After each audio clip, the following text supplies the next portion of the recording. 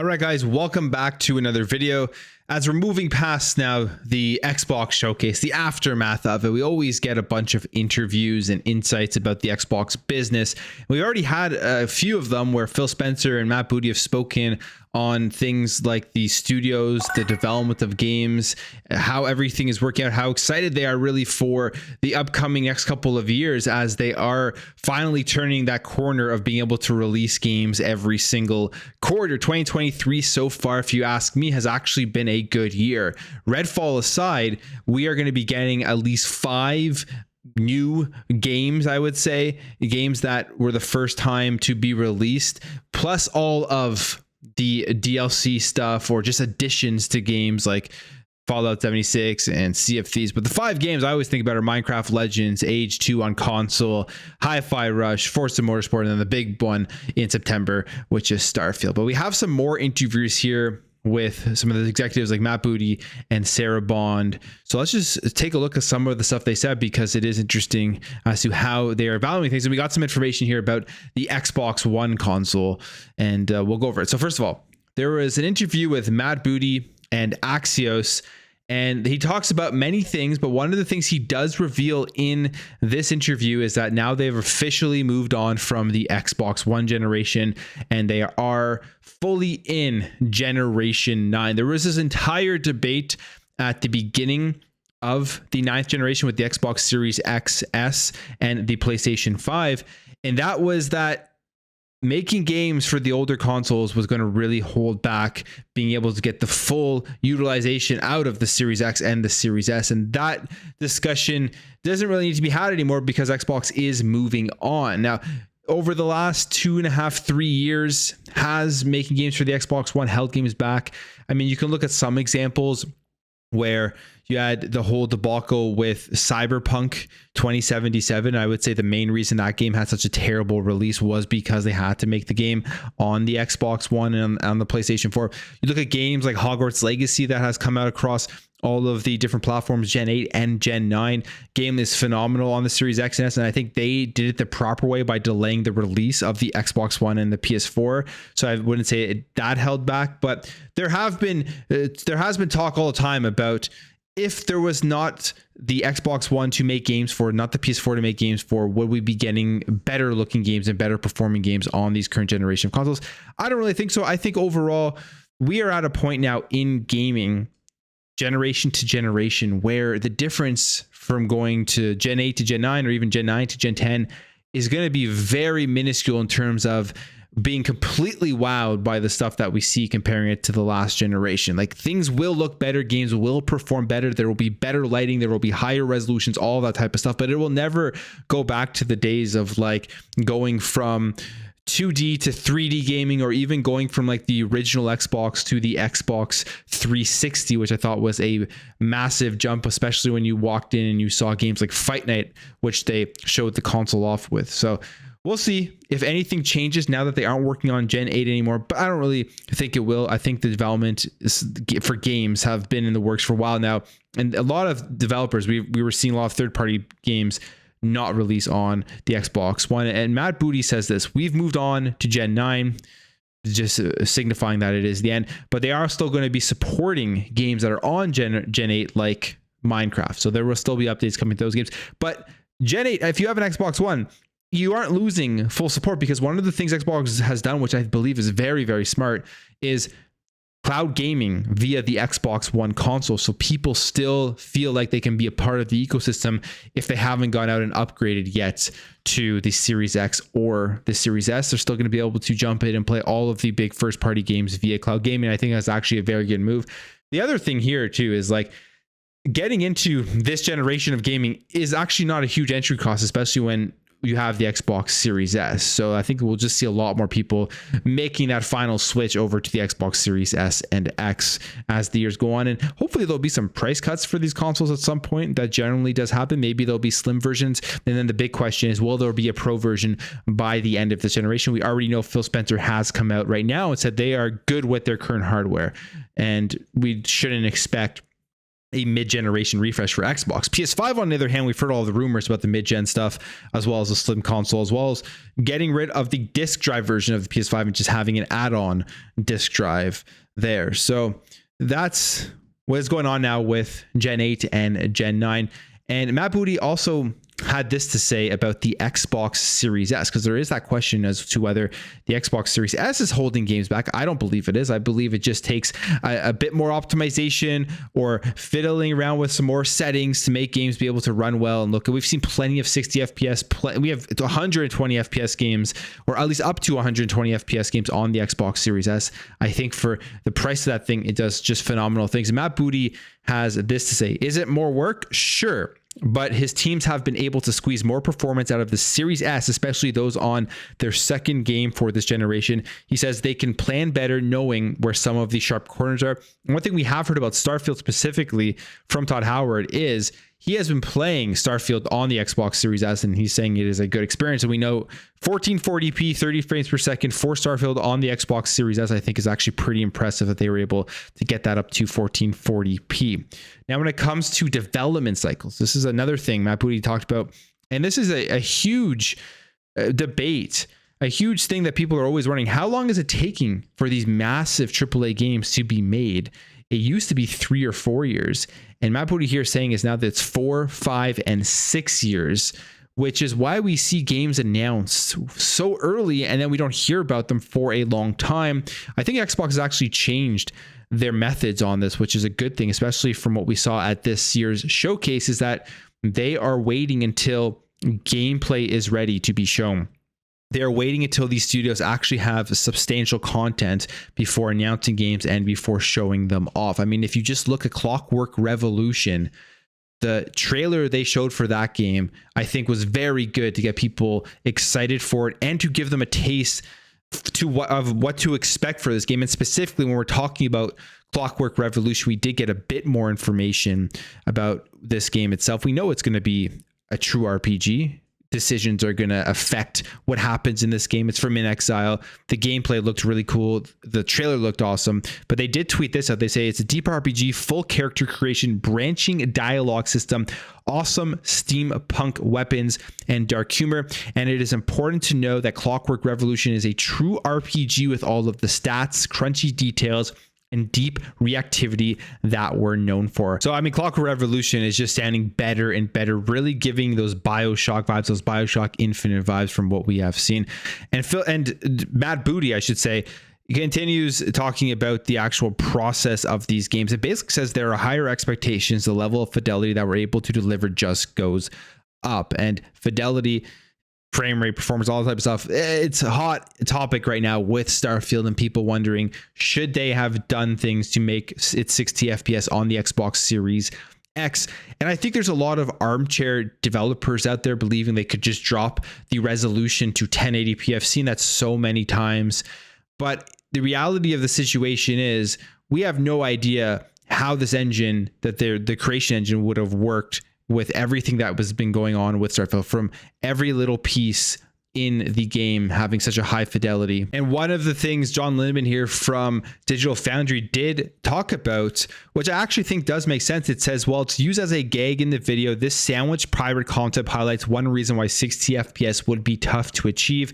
Like prior BGS titles, it seems that Starfield tracks the location and position of arbitrary items in the world. Given the scope, this stuff begins to add up. The player has so much freedom in this regard that it becomes presumably impossible to keep the frame budget below 60 milliseconds.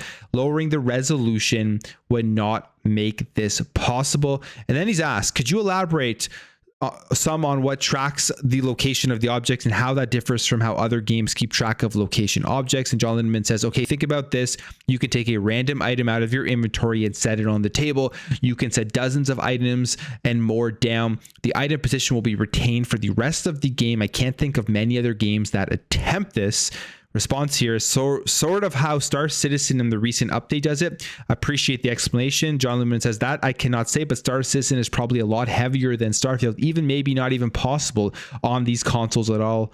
And then the response to Star Citizen. So there you have it. I mean, I have said things like this before, and I used to always think you just lower the resolution and everything's going to magically work, and it makes complete sense, right? As an armchair analyst and armchair developer, that's what I would have thought too. But when we are looking at the scope, we are looking at the detail, the amount of things within this game that all have their own tracking and how high fidelity they are, it's starting to kind of sink in why they are choosing 30 FPS on the consoles itself. Some people will never be happy about this, even if the explanation is telling people that it's because there is going to be more to do, more things to see. The scope is huge, and it's just going to be overall for a better experience in terms of a game. So it's kind of, I guess, what he's touching on here with the expectations, the fidelity, and all of that type of stuff.